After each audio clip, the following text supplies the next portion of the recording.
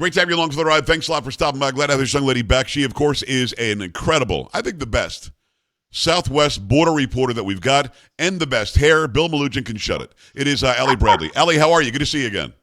Well, that I don't know how to follow that lovely introduction. You always bring it, Pags. Thanks for having me back. Well, I think you're Uh, amazing. You send me stuff almost every day, and the stuff that you've been uncovering, from tunnels to what happened exactly when Trump was sworn in, to the CBP One app going away, to your relationship with the Border Patrol agents, and I want to know what the difference in morale is now. So let's start from the start. Trump gets sworn in and immediately starts signing executive orders, and it appeared as though the border got shut down in about 3 minutes. Yeah, so I think it was actually 15 minutes. The border was kind of shut down, so to speak, by way of the CBP One app went away. Now, you guys remember that was the kind of legal pathway that was manipulated under the Biden administration. I say manipulated because the app was actually created under Trump for imports and exports. And then it got turned into this asylum seeking app at the ports of entry. Of course, it started at like 1,000. Then while we were sleeping, it became 1,600 a Right, day. You could do the app only at the Mexico border. And then they were like, hey, you can sign up for it all the way down in Tapachula. And right. Mexico's going to pay for your food and your bus fare to get you to the U.S. southern border, right? So we saw all of that. And the now President Trump said that's going away day one. Went away within minutes. Over on the south side of the border, there were some individuals who were being told that their appointments were being canceled. Yeah, There were hundreds of thousands of pending appointments that are now null and void, that will not allow them to come in and talk with an immigration officer. So there were some tears shed on the south side of the border. But at the end of the day, these individuals kind of bought a bag of goods, if you will, yeah. because over the last 4 years, the open door was something that was created under this administration because of the sheer volume of people.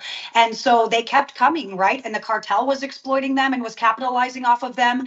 And then at the end of the day, at the end of it all, even Biden said it, don't come just to be exploited by the cartels. And then you see these people on the south side of the border in Mexico crying because they were exploited by the cartels, right? They Right. literally got told, hey, come, you'll get a free ride. We'll help you out. The door's open. And they came, and then they were told, no, you can't come anymore. And so there is reality there, though, Pags. I don't want to dismiss that we're humans, and seeing that is hard. That is hard. I'm a Christian. I don't like seeing that. It Yeah. sucks. But the reality is, Trump said he was going to do it. People voted for it, and we're seeing it happen. So that was within moments. There was some video circulating as well at the El Paso port of entry that the port closed down. That one is kind of nuanced. So the port closed temporarily, but it has been closing temporarily twice a day, every day for months now. They have been Okay. doing these response drills, these mobile response drills where they have their officers up in riot gear. It's a show of force to kind of, mess around, find out. If you come to the border when we say don't come, we're here and we're ready. And Right. so they've been conducting these drills in full riot gear. So there are videos going around like Trump shut the border down. Look at these guys. Right. So that was nuanced. Did it happen? Yes. Was it in conjunction with that swearing in? Just about. So it did look like because Trump got sworn in that closed, but that is not the case. That was in preparation for any kind of incursions at the bridge that they had intelligence might happen because of Trump. So that kind of goes hand in hand. But it wasn't necessarily Trump got sworn in, the border shut. Look at El Paso. You can't. Right. So there are some pieces there that obviously you have to understand the nuances of what's going on down at the border. But we're seeing people walk across the border back to Mexico, Pags. The easiest ones to deport are going to be the Mexican nationals. Mexico, the president has said, we'll receive Mexican nationals, and then the people from other countries will kind of figure out what to do from there. Sheinbaum obviously kind of changing her tone a couple of times after Trump promised some tariffs and things Yeah. like that. So it does look like Mexico will be participating a little bit more by way of deportations and helping with these other countries like Venezuela. Mexico probably has a better relationship with Maduro than we do. So they might be able to get some of these Venezuelan nationals back to their country. So those are some things that we can look for, but we're definitely seeing a lot of people from Mexico being removed because here's the thing, you don't have to detain them. So a lot of these individuals that they're going to be kind of, I don't like the term rounding up, say Right. arresting, they will have to be detained because they have to go through a process. People from Mexico can be returned to Mexico. And so a lot of those that we're seeing are Mexican nationals. Those are kind of the first removals that we've been seeing. And then, of course, ICE is out on their fugitive operations ops right now as well. Have you interviewed Tom Homan? I have. I talked with Tom Homan. Gosh, he gave me way too much time, gave me about 30 minutes. Nice. Ran the gamut on him as well, talking with him about everything from what's going to happen with these sanctuary cities that are saying they're not going to comply, right? He said, and you see all these flyers out there right now. People are saying, hey, know your rights as a migrant. If Border Patrol shows up, don't open your door, record everything, all this stuff, right?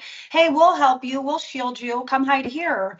Well, Homan says if you can stand on the sidewalk and watch, but if you help, you're committing a felony and we'll come and arrest you too as a U.S. citizen. So, And believe him, he means it. I think day one he said 396, something like that. Criminal aliens were deported that 308. day. Was it 308? Yeah, but here's the thing. I want to get into that. Who are they?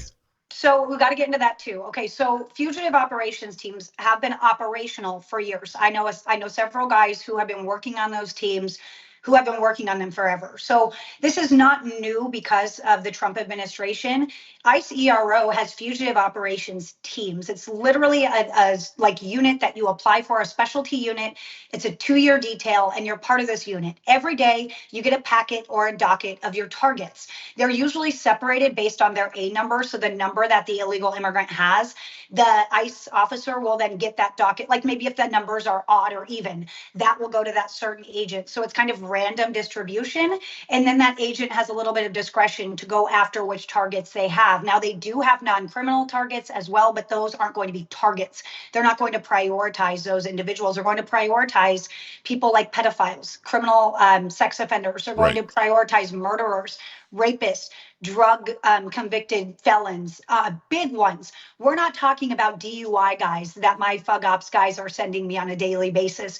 We're talking about child molesters being arrested. So we don't expect them to just be in vans driving down the road, opening up the sliding door, get in, you look like you're a like, I talked to Victor Avila today. He was with ICE. He was also with HSI as a special agent. And he said, this is targeted. This is an operation. This is organized. It's methodical. They know what they're doing. They know who the bad guys are. But Homan also said these sanctuary cities, they're actually inviting arrests of people that don't need to be arrested. Because here's the deal, Pags. They're going to go in there and they're going to be looking for, let me just pull out a random card I have in my bag because I have all these weird IDs, right? Yeah. So they're going to be looking for Juan David Ramirez, okay? So say they're going to go after that guy. Well, they go to run David Ramirez's house and say, let's see another name that I can give you. And Veer Abinahu is there, but he's not their target. They can take him too, but they weren't looking for him. So that is what he's saying with these sanctuary cities. Like, you're actually inviting us to arrest other people that we're not looking for. So just help us, work with us, and we'll take the bad guys. And so kind of, Bill Malusian's out there right now with Fox, and they're like, we got a collateral. So that's someone that was not part of the operation. It was someone in the way. And so that is a reality too. But the nuance of it, 308 people were arrested. That was from Homan. Senator Katie Britt tweeted that out as well. I looked at the numbers, Pags. The statistics show that's pretty standard. Are we going, but don't get it twisted here that I'm saying, oh, it happens all the time. This is a movement. This is not a movement, but this is a move being made. The energy behind this is different than the unmanned, unknown, all of that. They want this to be known a little bit, right? They want that intimidation factor a little bit on these ops this time around. You didn't see that in the last 4 years, but they did. My guys are sitting outside of illegal immigrants' houses every single day. They're just not broadcasting it. So it is happening. There was a day, I think it was it might have been January 8th. It was like 411 people were arrested by ICE, right? So we have seen this ebb and flow, but there have been days they've only arrested 90. And then yesterday, 287 were booked in. Now that data could be variable based on the 308. Maybe some were released, maybe some have not been input yet when I got that data this morning. But so when you look at the chart, it literally goes like this, and that's over the last month. Gotcha. So those ops are not necessarily unprecedented, but the way and the energy behind it is right. It's new. That is the new element. They are going to have some more, blue guys out there. They are going to be involving HSI. They've been soliciting Border Patrol agents to help volunteer as well. Mobile response units are also being deployed. In the past, it has only been that specialty unit, the FUG ops guys who are on that detail. Now they will be supported by these other elements, HSI and Border Patrol and things like that. As you're down there, it's Allie Bradley, Southwest reporter for News Nation, just an amazing reporter. AllieBradley.com. No, Allie Bradley TV over on the social media. Allie Bradley TV, and Allie is ALI. When you're down there, you must see a difference. You must feel a difference. Because, A, the Border Patrol agents, whether it's a CBP or it's HSI, whoever it is that's down there, they have to now know that somebody in Washington has their back. Is there a difference in morale? And as you stand there, somebody who hides in bushes to make sure you get the story, do you feel and see a difference?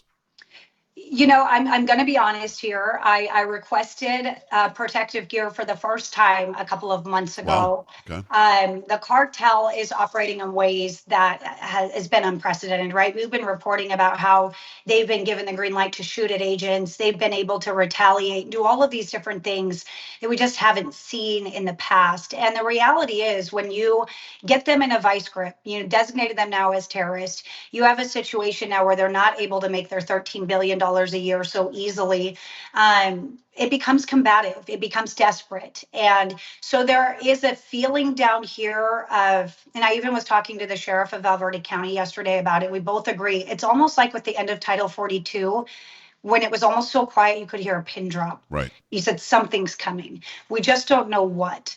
And the reality is this: more smuggling is happening, more evading is happening. We're seeing more bigger groups out here in Del Rio. They had a group of like 13 the other day, which that doesn't happen. You see groups of 2 or 3 evading Right. out here. So, but here's the deal. The main difference is the agents are out there to stop it, Joe. The agents are actually out there to do their job. One of the sheriffs in Terrell County said there's always going to be a story at the border. And I said, respectfully, sir, there's not. I said, do you mind and do you care when a sheriff arrests someone for a DUI on a local level? And he said, well, no. I said, like in another state, right? Right. He said, no. I said, okay. Do you care when they respond to domestic? Well, no. Okay. Well, Border Patrol has been around for 100 years because people have tried to come into our country. So if people are coming into our country and Border Patrol is stopping them, that's not a story. Now, if it's a terrorist or a big murderer or a massive Right. surge and Border Patrol can't do their job anymore, now we're back at it. We were down here because Border Patrol hasn't been able to do their job. That is why this was a story, is because people were walking in unaccounted for. People were not being vetted. People were being caught and released because of the sheer volume of people. So that has changed. And that energy with that has changed. So what is the energy now? It is like gangbusters down here, man. Every single agent is happy to go to work. They Right. want to go to work. They feel like they're doing their job. They feel supported.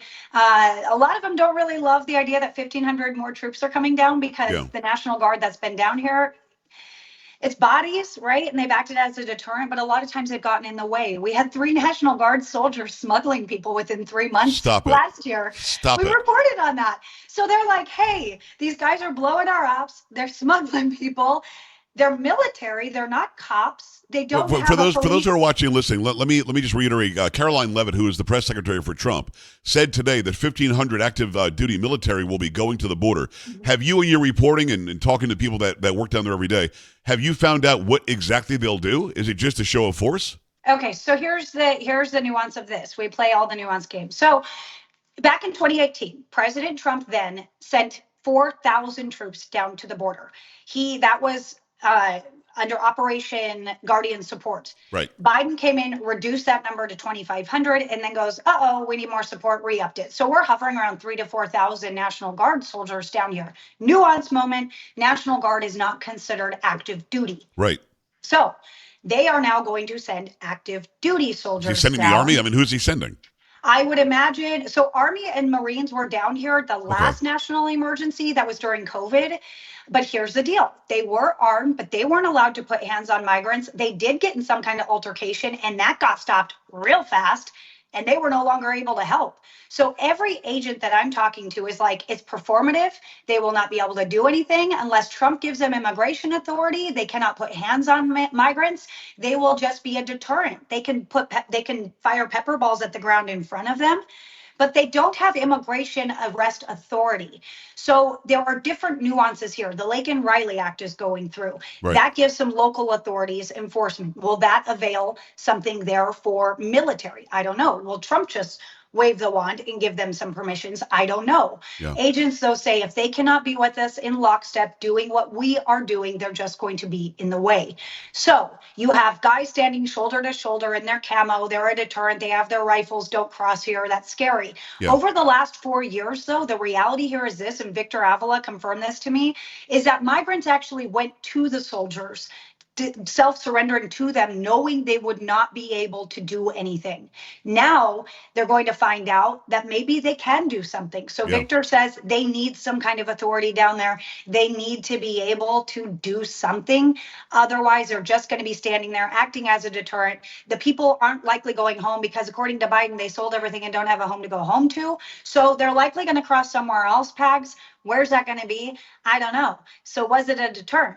So it's going to be a tough one to see. But again, we're waiting to find out what permissions are they going to give them. I have no indication that they're going to have more permissions, but there is that call to give them that. So we'll see if that does come out, because again, they can't do anything, right? And they're military. So the whole thing is, you cannot send, in America, you cannot send active duty troops on U.S. soil on a deployment. You cannot, unless there is a national emergency declared, Right. Which is why that he did that day one, right? Right. But then again, we already had National Guard down here. And the reason that was allowed is because they're not active duty. So that is that kind of splitting hairs loophole, if you will. But there's been soldiers down here for 4 years. They were from Vermont, from Chicago, from all over the place under DOD. I've got about 20 seconds, Allie, and I can talk to you all day. You know that.